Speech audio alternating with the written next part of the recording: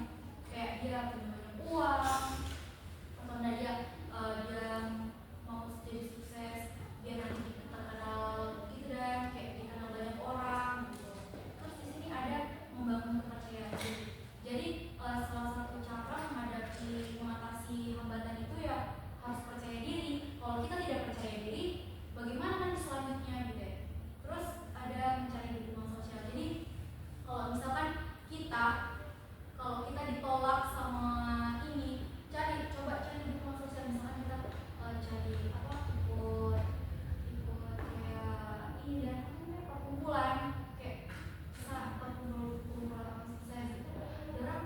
Orang pasti sangat mendukung orang yang menjadi sukses gitu ya. Jadi kalau kita kan cari motivasi di sana juga. Misalkan kalau misalkan kita berkumpul dengan orang-orang yang seperti itu, kita dari diri kita sendiri juga akan membentuk apa namanya motivasi tadi itu. Terus kalau misalkan ini pasti mereka jadi apa, dukungan terbesar untuk kita jadi sukses gitu. Terus salah satunya yang menjadi cara untuk mengatasi hambatan itu tadi mengelola stres. Jadi kalau kita semuanya bisa, tapi kalau kita sendiri stres, gimana? Gak akan mungkin kalau terjadi itu. Misalnya bagaimana mungkin kita bisa sukses gitu ya, dalam mengubah niat kita gitu. Terus selanjutnya bagaimana cara membangun motivasi biar kita tetap terus semangat untuk jadi sukses. Selanjutnya dengan menetapkan tujuan yang spesifik. Jadi kalau misalkan dari adik-adik, kalau keinginannya jadi sukses itu kita harus spesifik. Saya kenapa harus jadi sukses? Untuk apa saya jadi sukses? Kita harus tetapkan itu tujuan. Kayak misalkan kita yang tadi saya bilang, saya mau jadi sukses karena nanti kalau saya sukses pasti saya banyak uang gitu. Jadi itu salah satu tujuan kita. Tujuannya jadi sukses ya karena banyak uang gitu. Terus membuat rencana aksi. Jadi kalau kita mau jadi sukses tapi kita tidak punya rencana, kayak misalkan kita ini kan masih remaja nih. Jadi kalau misalkan kita mau jadi sukses, kita buat dulu rencana. Oh, saya habis lulus ini akan begini. Nah, setelah ini kita begini. Itu salah satu rencana. Nah, ketiga itu mencari dukungan sosial kayak tadi itu. Salah satunya membangun motivasi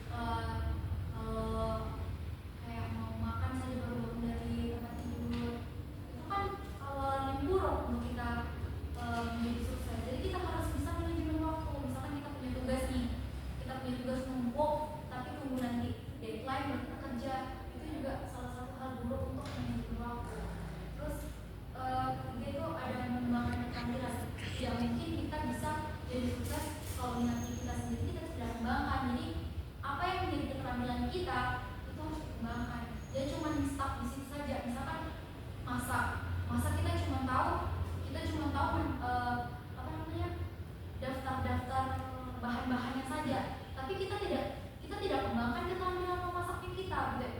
Misalkan kita punya apa namanya, bahan-bahannya, tapi kita tidak mau belajar, kayak misalkan coba deh buat resep baru, itu tidak mau kan, tidak bisa berkembang gitu. Nah terus ada selanjutnya itu membangun hubungan jaringan. Jadi kalau misalkan kita sudah ada dukungan dari orang luar, yang tadi seperti yang Ibu bilang, kita lebih semangat lagi, jadi kita termotivasi.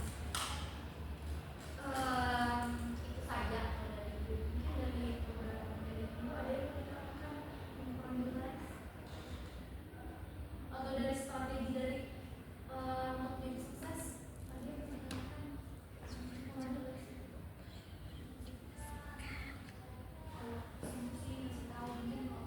Saat ini ada yang sakit perut, ada yang mengantuk, atau kita minum lagi dan tidak mengantuk, tidak? Itu saja. Kan tadi, tapi semuanya paham kan apa yang paham? Ya, paham. Jadi mungkin kan kita sudah tahu nih dari beberapa yang disampaikan, Ibu pengen tahu apa yang sudah tertanam dalam diri adik-adik semuanya dari materi Ibu.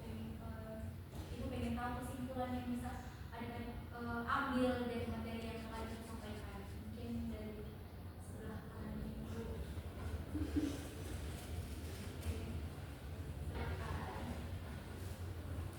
Saya itu tentang wisata itu dia bilang ada beberapa faktor penghambatnya.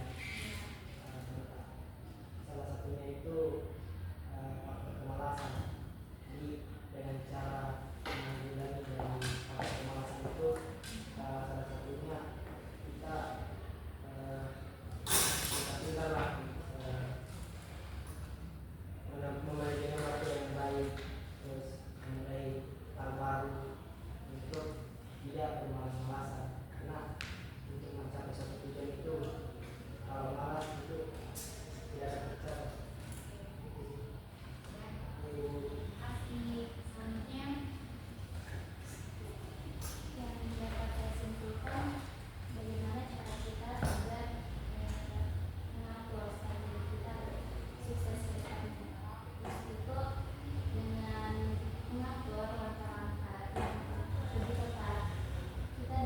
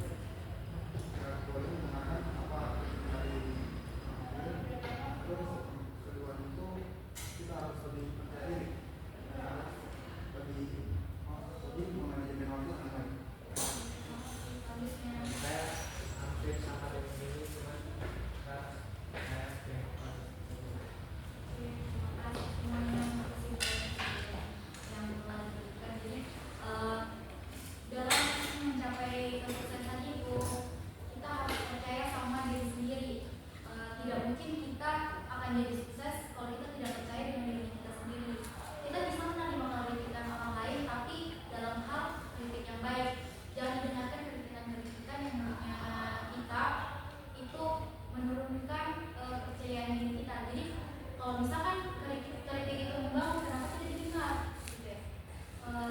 Itu saja. Mungkin dari adik-adik saran dan pesannya selama kegiatan ini berlangsung, boleh semuanya sebutkan atau enggak satu-satu saja, atau tunggu ibu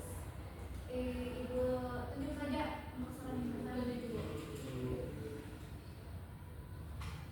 Mungkin yang kedua dari sebelah kiri. Kalau saran saya dari yang kita akan ini mungkin mengenai waktu dan tempat dulu.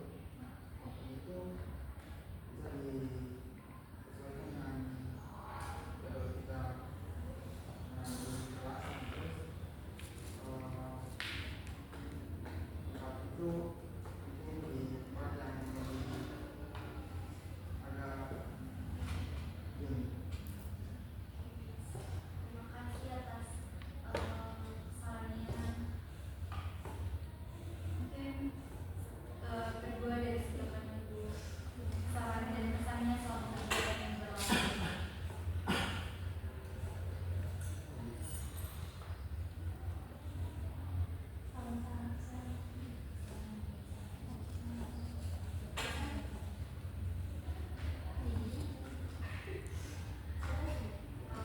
Oke, mungkin belum bisa.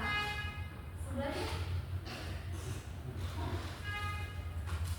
apa kesanmu selama proses kegiatan ini berlangsung? Mungkin ada saran, mungkin ibu tempatnya kurang efisien sih kita untuk kegiatan kita hari ini, atau enggak waktunya kita mungkin lebih dipercepat sebelumnya, karena ini harus terlalu lama atau bagaimana? Saran pribadi di tertutup